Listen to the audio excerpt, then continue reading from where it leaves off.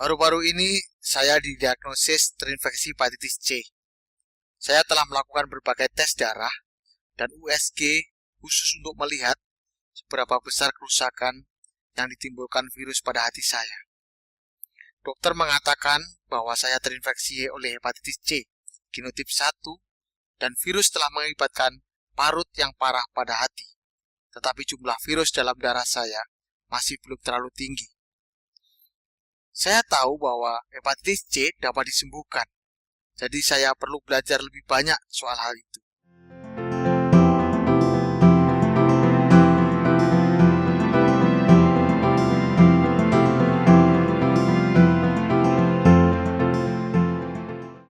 Selamat pagi, dokter. Selamat pagi, Zaki. Bagaimana kabar kamu hari ini? Dokter, saya akhir-akhir ini banyak memikirkan tentang infeksi hepatitis C saya. Saya ingin lebih tahu tentang pengobatannya, dan apakah saya perlu memulai pengobatan segera? Saya senang mendengar kamu mau belajar lebih banyak, Zaki. Menentukan kapan waktu paling tepat untuk memulai pengobatan hepatitis C tergantung pada kondisi fibrosis atau parut pada hati. Orang-orang dengan hepatitis C yang tidak memiliki fibrosis atau kondisi fibrosis ringan tidak perlu segera memulai pengobatan. Tetapi, mereka yang memiliki kondisi fibrosis parah perlu untuk segera memulai pengobatan. Sayangnya, mereka yang sudah mengalami kegagalan hati tidak dapat diobati karena ada risiko tinggi hati akan bereaksi buruk terhadap pengobatan. Selain itu pula, orang-orang yang memiliki kanker hati juga harus mengobati kankernya terlebih dahulu dan mungkin tidak dapat dilakukan pengobatan terhadap hepatitis C-nya. Berdasarkan tes dan rekomendasi medis yang sudah ada, saat ini kamu tidak memerlukan pengobatan segera, Zaki. Apa bisa dokter menjelaskan kepada saya tentang pengobatan hepatitis C? Tentu, Zaki. Pengobatan standar hepatitis C saat ini adalah kombinasi obat penjilat interferon dan ribavirin. Penjilat interferon adalah obat yang memperkuat sistem kekebalan tubuh untuk membantu menghilangkan virus hepatitis C dari dalam tubuh kita. Ribavirin mempunyai fungsi memperlambat penggandaan virus sehingga tubuh dapat lebih mudah membuang virus hepatitis C. Ribavirin bekerja paling optimal bila dikonsumsi bersamaan dengan penjilat interferon. Penjilat interferon disuntikan di bawah kulit 1 kali setiap minggu. Ribavirin diberikan dalam bentuk kapsul yang diminum 2 atau 3 kali sehari setelah makan. Apa saja tujuan pengobatan? Tujuan utama pengobatan adalah untuk mencapai 2 hal. Yang pertama adalah mengobati hepatitis C-nya, dan yang kedua adalah menghentikan kerusakan lebih lanjut pada hati. Seseorang dianggap sembuh apabila virus hepatitis C tidak lagi ditemukan di dalam darah 6 bulan setelah selesai menjalani pengobatan. Berapa lama pengobatan dilakukan? Pek interferon dan ribavirin diberikan selama 24 atau 48 minggu, yaitu sama dengan 6 atau 12 bulan, dan tergantung pada beberapa faktor. Pertama, hepatitis C genotype 1, 4, 5, dan 6 lebih sulit diobati. Jadi, orang-orang dengan genotype ini selalu membutuhkan pengobatan selama 48 minggu. Orang-orang dengan HIV dan hepatitis C juga biasanya perlu pengobatan selama 48 minggu. Tetapi, jika mereka memiliki genotype 2 atau 3, lebih mudah diobati, sehingga mereka hanya memerlukan pengobatan selama 24 minggu. Dengan catatan, bila kondisi fibrosis hati mereka tidak parah dan virus tidak dapat dideteksi dalam darah 4 minggu setelah selesai pengobatan. Jadi, ini berarti saya pasti akan perlu pengobatan selama 48 minggu, karena saya juga terinfeksi HIV dan saya memiliki genotip 1. Betul kan, dok? Ya, itu betul, Zaki. Seberapa besar peluang saya untuk sembuh dari hepatitis C? Pertanyaan ini penting sekali, Zaki. Infeksi hepatitis C dapat sembuhkan pada 30-90% pasien yang memulai pengobatan. Dengan kata lain, 3-9 dari 10 orang dapat disembuhkan. Peluang untuk sembuh tergantung pada beberapa hal. Yang pertama, sekali lagi adalah genotype virus hepatitis C yang dimiliki. Respon pengobatan genotype 1, 4, 5, dan 6 kurang baik. Sementara genotype 2 dan 3 biasanya merespon pengobatan dengan baik. Selain itu, ada juga genotype yang banyak ditemukan di kalangan orang Asia yang mempertinggi peluang sembuh. Faktor lain adalah status HIV. Orang-orang dengan HIV juga lebih rendah peluang sembuhnya dengan obat-obatan ini. Tahap fibrosis hati seseorang juga mempengaruhi peluang karena respon pengobatan pada mereka yang memiliki sirosis biasanya kurang baik. Selain itu, viral load hepatitis C juga penting. Apabila jumlah virus dalam darah lebih rendah dari 800.000 international unit per milimeter, peluang adanya respon baik terhadap pengobatan dan lebih tinggi. Penting untuk menjalani pengobatan sebagaimana dianjurkan setiap hari dan setiap minggu, dan kami merekomendasikan untuk menghindari konsumsi alkohol dan narkoba selama menjalani pengobatan, karena dapat memperparah efek samping yang kadangkala dapat mengakibatkannya dihentikan pengobatan. Apakah ada situasi di mana pengobatan hepatitis C tidak boleh diberikan? Ya, ada. Pertama-tama, ribavirin dapat mengakibatkan cacat lahir yang cukup berat, sehingga peginterferon dan ribavirin tidak boleh dikonsumsi oleh wanita hamil atau yang berencana untuk hamil, atau yang tidak menggunakan alat kontrasepsi yang baik selama pengobatan dan selama 6 bulan setelahnya. Selain itu, obat-obatan ini juga tidak boleh dikonsumsi oleh wanita yang menyusui agar obat tersebut tidak dikonsumsi oleh bayi melalui ASI. Untuk laki-laki, karena ribavirin dapat merusak sperma, pengobatan hepatitis C tidak boleh dimulai pada laki-laki yang tidak dapat menggunakan alat kontrasepsi yang baik selama pengobatan dan selama 6 bulan setelahnya. Obat-obatan ini tidak boleh dikonsumsi oleh pasien yang memiliki penyakit hati karena akibat lain, misalnya karena konsumsi alkohol yang berlebihan. Pengobatan ini juga tidak boleh digunakan pada orang-orang dengan kondisi gangguan jiwa yang cukup berat seperti depresi berat atau penyakit lain seperti sakit mata, paru-paru, ginjal, atau jantung. Selain itu, pasien dengan jumlah sel darah merah dan sel darah putih yang rendah atau trombosit darah yang rendah juga tidak boleh mengkonsumsi obat-obatan ini. Biasanya, kami melakukan pemeriksaan fisik menyeluruh dan juga pemeriksaan tes darah, seperti yang kita telah lakukan. Dengan senang hati, saya konfirmasikan bahwa kamu tidak memiliki kontraindikasi yang tadi kita bicarakan sehingga kita bisa memulai pengobatan. Hal yang penting diperhatikan oleh pasien yang terinfeksi hepatitis C dan HIV seperti kamu, Zaki, adalah sebelum memulai pengobatan hepatitis C, jumlah CD4 harus di atas 200 sel per mikroliter darah. Dan sebaiknya, virus HIV sudah terkendali dengan terapi antiretroviral. Oh, terima kasih dokter atas penjelasannya. Apakah dokter juga bisa menjelaskan tentang efek samping pengobatan hepatitis C? Bagus sekali kamu tanyakan hal ini. Penting sekali untuk tahu efek samping pengobatan hepatitis C. Biasanya, pasien mengalami setidaknya satu efek samping. Kebanyakan efek samping ini tidak parah dan membaik dengan berjalannya waktu. Efek samping yang paling umum terjadi seperti gejala seperti flu, misalnya demam, meriang, sakit otot dan sendi, serta sakit kepala. Merasa lelah, reaksi kulit pada lokasi tempat suntikan peginterferon seperti kemerahan, bengkak, atau gatal. Kulit kering dan gatal di sekujur tubuh, masalah dengan suasana hati seperti gampang marah dan suasana hati yang buruk. Gangguan tidur, perubahan selera makan seperti mual, hilangnya selera makan dan perubahan rasa, muntah, turun berat badan, dan adanya masalah di kelenjar tiroid, serta dapat timbul anemia dan jumlah sel darah putih yang rendah. Tetapi efek samping yang serius dapat saja terjadi. Misalnya, gangguan pada kesehatan jiwa seperti depresi, cemas, dan pikiran bunuh diri. Anemia yang cukup berat, jumlah sel darah putih yang turun secara drastis, yang dapat memperparah risiko terjadinya infeksi yang lain, jumlah trombosit darah yang juga turun drastis, yang dapat memperparah risiko perdarahan, dan gangguan jantung. Ada hal-hal yang dapat kita lakukan bersama untuk mengurangi risiko munculnya efek samping tadi, dan kamu juga akan dibantu untuk mengatasinya. Perawat akan mendiskusikannya lebih lanjut apabila kamu siap memulai pengobatan. Semua yang dokter sampaikan sangatlah membantu. Terima kasih. Apabila saya merasa bahwa saya sudah siap, apakah saya bisa memulai pengobatan? Ya Zaki, kamu memenuhi persyaratan untuk memulai pengobatan. Tetapi mohon, jangan terburu-buru mengambil keputusan apakah saat ini adalah saat tepat untuk memulai pengobatan. Silakan mendiskusikannya lebih dahulu dengan keluarga dan teman-teman. Terima kasih banyak, dokter.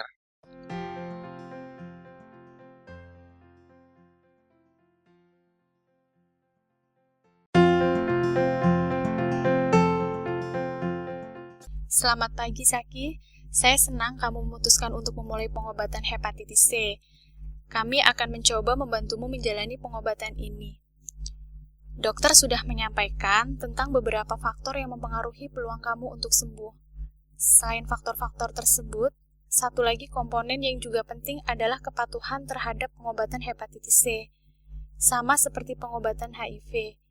Penting sekali untuk mengkonsumsi obat-obatan hepatitis C sesuai dengan anjuran dokter. Kamu dapat meningkatkan peluang untuk sembuh apabila kamu tidak melewati satupun dosis ribavirin atau suntikan PEG interferon. Kamu tepat waktu dalam meminum obat, kamu minum ribavirin setelah makan, dan kamu menyimpan obat-obatan sesuai anjuran staf klinik. PEG interferon harus selalu disimpan di dalam lemari es. Untuk membantu agar kamu tepat waktu dalam mengkonsumsi obat, kamu bisa mencoba hal-hal berikut. Yang pertama, untuk melakukan suntikan mingguan PEG interferon, pilih hari dan waktu yang paling nyaman dan tidak mengganggu kesibukanmu. Saya akan memberi kamu kartu catatan dengan kalender agar kamu dapat mencatat suntikan PEG interferon yang telah dilakukan.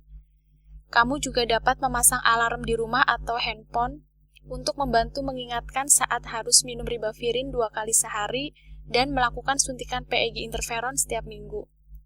Kamu mungkin juga telah melakukan hal yang sama untuk mengingatkanmu minum obat-obatan HIV tepat waktu. Bila mungkin, kamu bisa juga meminta bantuan anggota keluarga atau teman untuk mengingatkanmu minum obat dan melakukan suntikan. Terima kasih, ini sangat membantu. Tetapi bagaimana kalau saya lupa minum atau menyuntikkan obat hepatitis C? Atau muntah setelah minum ribavirin? Apabila ada dosis PEG interferon yang terlewatkan, kamu perlu menyuntikkan dosis yang terlewat sesegera mungkin, pada hari itu juga atau keesokan harinya. Apabila terjadi, jangan mengubah jadwal suntikan PEG interferon. Suntikan dosis berikut sebaiknya tetap dilakukan di waktu yang sama sesuai jadwal. Tetapi, apabila dosis terlewatkan sampai beberapa hari, tanya kepada klinik apa yang sebaiknya dilakukan. Jangan menggandakan dosis atau menyuntikkan obat lebih dari sekali dalam seminggu tanpa sebelumnya berkonsultasi dengan dokter. Apabila ada dosis ribavirin yang terlewatkan, minum dosis yang terlewat sesegera mungkin. Apabila dosis terlewat lebih dari 6 jam, minum dosis berikutnya sesuai jadwal dan jangan gandakan dosis tersebut. Apabila muntah 60 menit setelah minum ribavirin, kamu perlu minum obat sekali lagi sesegera mungkin. Apabila muntah lagi untuk kedua kalinya, jangan minum dosis tambahan dan segera hubungi klinik. Dokter bilang akan ada efek samping dari pengobatan. Apakah ada yang bisa saya lakukan untuk mencegah atau menguranginya? Itu adalah pertanyaan yang sangat penting, Zaki. Memang ada cara-cara untuk mengurangi efek samping yang bukan hanya akan membantumu merasa lebih baik, tapi juga akan membantumu menjalani pengobatan sampai selesai dan sembuh dari hepatitis C. Catat efek samping apa saja yang kamu alami sehingga dapat disampaikan secara akurat ke dokter pada kunjungan berikutnya. Efek samping bisa membuat orang sengaja melewatkan dosis atau bahkan menghentikan pengobatan. Tetapi, apabila diatasi sejak dini, kebanyakan efek samping dapat diatasi secara efektif. Efek samping PEG interferon biasanya akan muncul dalam waktu 24-48 jam setelah suntikan. Jadi, bila mungkin untuk melakukan suntikan, pilih hari dan waktu yang paling lowong sehingga tidak terlalu berdampak pada kegiatan sehari-hari. Apabila mengalami gejala flu seperti demam, meriang, atau sakit pada sendi dan otot setelah suntikan pertama, kamu bisa minum paracetamol sebelum menyuntikkan dosis berikut dan sekali lagi setiap 6-8 jam setelah suntikan bila perlu. Suntikan PEG interferon pada tubuh sebaiknya dilakukan di lokasi berbeda setiap kalinya. Suntikan sebaiknya tidak dilakukan pada area kulit yang merah atau meradang. Bagi orang-orang yang pernah mengalami depresi di masa lalu, penting untuk menyampaikan hal ini kepada dokter. Kalau memerlukan obat antidepresan sebelum mulai pengobatan dengan PEG interferon. Untuk mengatasi efek samping tertentu, dokter mungkin akan menyarankan untuk mengurangi dosis atau bahkan menghentikan salah satu atau kedua obat. Tetapi jangan mengubah atau menghentikan dosis sendiri tanpa konsultasi dengan dokter terlebih dahulu. Kamu juga perlu tahu bahwa beberapa pasien hepatitis C tidak dapat mentoleransi efek samping tertentu sehingga terpaksa menghentikan pengobatan mereka. Mohon segera hubungi kami atau pergi ke unit gawat darurat terdekat apabila mengalami gejala-gejala seperti sesak nafas, sakit pada dada, warna urin gelap, kebingungan, bengkak pada pergelangan kaki atau perut, berat badan turun drastis, atau apabila berpikiran untuk menyakiti diri sendiri atau orang lain. Terima kasih atas penjelasannya yang panjang lebar. Dan apakah akan bermasalah apabila saya minum obat-obatan lain saat menjalani pengobatan hepatitis C? Itu juga pertanyaan yang sangat bagus, Saki. Pertama, mari kita bahas tentang obat-obatan ARV untuk HIV. Beberapa obat ARV tidak boleh diminum bersamaan dengan obat hepatitis C, atau sebisa mungkin dihindari. Obat yang sama sekali tidak boleh diminum bersamaan dengan PEG interferon dan ribavirin adalah didanosin atau DDI, karena besar resiko akan muncul efek samping yang sangat parah. Stafudin disebut juga D4T, dan sidofudin disebut juga AZT, juga sebisa mungkin harus dihindari, karena meningkatkan resiko munculnya efek samping. Obat yang saat ini kamu minum adalah tenofovir. Tenofovir dan abacavir biasanya aman untuk diminum saat menjalani pengobatan hepatitis C. Bagi orang-orang yang meminum metadon, mungkin ada interaksi ringan dengan obat hepatitis C. Sebaiknya, sampaikan kepada dokter apabila merasa bahwa metadon yang dikonsumsi tidak menghasilkan efek yang sama sejak memulai pengobatan hepatitis C. Ada juga obat-obatan lain yang bisa berinteraksi dengan obat-obat hepatitis C. Karena alasan ini, sebaiknya selalu konsultasi dengan dokter sebelum minum obat-obatan baru, untuk memastikan tidak ada interaksi dengan PEG interferon dan ribavirin. Ini termasuk obat herbal dan obat tradisional. Kunjungan tindak lanjut seperti apa yang perlu saya lakukan selama pengobatan hepatitis C? Di awal pengobatan, kamu perlu datang ke klinik setiap minggu untuk melakukan suntikan PEG interferon, di mana kami akan menunjukkan cara menyiapkan dan menyuntikkan obat. Tetapi, setelah kamu merasa nyaman dengan prosesnya, kamu bisa melakukan sendiri suntikan PEG interferon di rumah. Kamu akan dijadwalkan untuk datang ke klinik secara rutin untuk pemeriksaan fisik dan tes laboratorium guna melihat respon tubuh terhadap pengobatan. Kamu perlu datang pada minggu kedua, 4, lalu setiap 4 minggu, dan selanjutnya setiap 6-8 minggu sampai pengobatan selesai. Mulai pada minggu keempat, dokter akan memeriksa jumlah virus hepatitis C untuk melihat apakah pengobatan telah berhasil mengendalikan infeksi. Apabila pengobatan tidak bekerja, dokter mungkin akan menghentikan pengobatan. Tetapi bila hasil tes viral load bagus, kamu akan melanjutkan pengobatan sesuai jadwal.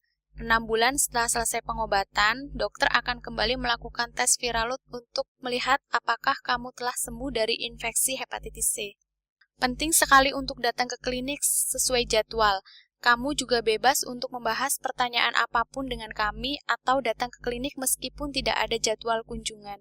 Satu hal lagi, kami pasti akan membantumu menjalani pengobatan ini, tetapi kamu perlu juga mendapatkan dukungan dari anggota keluarga dan teman-teman selama pengobatan. Terima kasih untuk semua bantuannya. Saya sekarang paham apa artinya memulai pengobatan hepatitis C. Saya siap memulai.